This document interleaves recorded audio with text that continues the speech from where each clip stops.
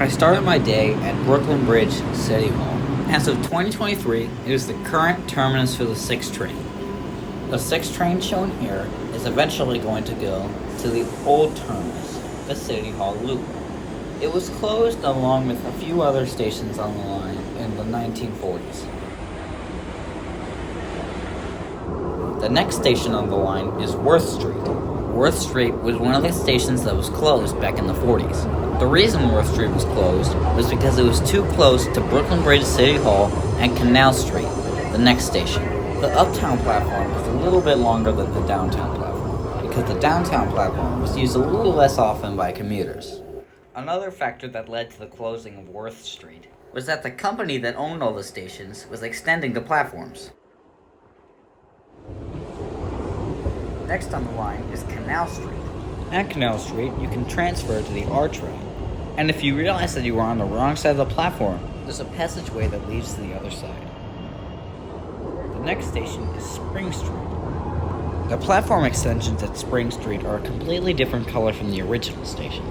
The platforms at this station are not aligned, which means you can see parts of the tunnel from the platform. The next station is Bleecker Street. Not only is there that fun little art installation on the ceiling, but also a part of the platform extension has been abandoned on the uptown side. I really don't know what this is used for or what it was used for, but it's certainly something interesting at the station.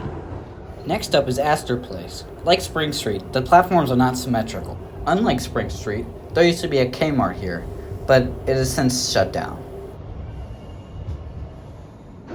Next up is 14th Street.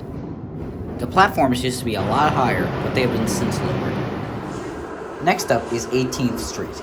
Just like Worth Street, it was shut down in the 40s for being too close to two stations. Those stations were 14th Street and 23rd Street. Unlike Worth Street, none of the station has ever been extended. Speaking of 23rd Street, that's the next stop. There's nothing really of note at the station, but it's still a very nice station. Next up is 28th Street. This station is almost identical to 23rd Street, except instead of red and green tiling, it's just blue tiling. Next up is 33rd Street. The express trains here sit a little lower in the tracks than the local trains. It's also the last original station on the 6th line. Next up is Grand Central. It's not one of the original stations, but we're gonna need it to get to the shuttle. The shuttle is just a little walk away from Grand Central.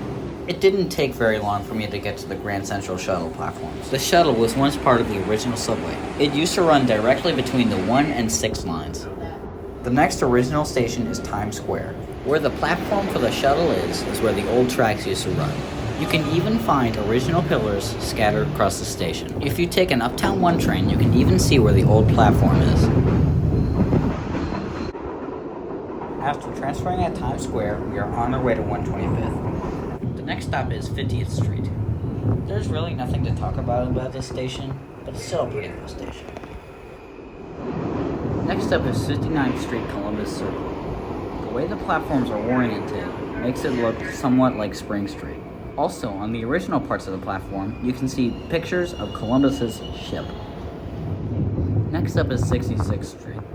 There isn't really much here, but there is some art there that has been used in subway promotional material.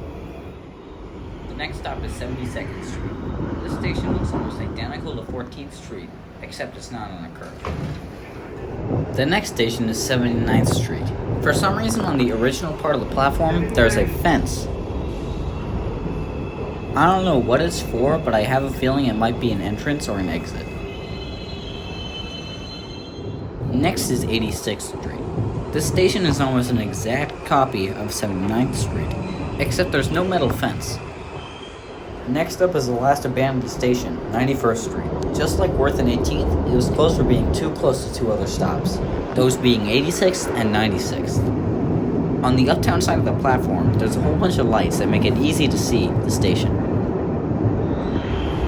Next at 96th Street. This is the last station where the 1, 2, and 3 trains all run together. On the original part of the station, there are actually 2 side platforms that were used on the opening day of the subway.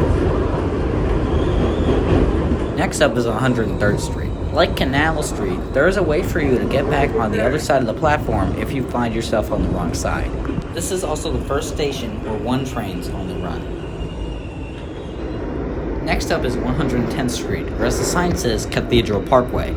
This station, and the other stations down the line, have a third track for storage. That third track was also used for 9 train service, but that has since been discontinued. Next is 116th Street, or, once again, as the sign says, Columbia University. This station is almost an exact replica of 110th Street. The next and last stop for this trip is 125th Street. This station is like none of the other stations covered in this video because it is overground and on a bridge. It may seem that the tracks go up, but in reality, they stay level. And on that note, there are 2 other stations, but I'm not going to go to them. Unfortunately, I was not able to go to 137th Street and 145th Street because they were too far away, and I only had a short amount of time to make this video, so unfortunately I would have ran out of time. I'll still try and give my best summary of both stations.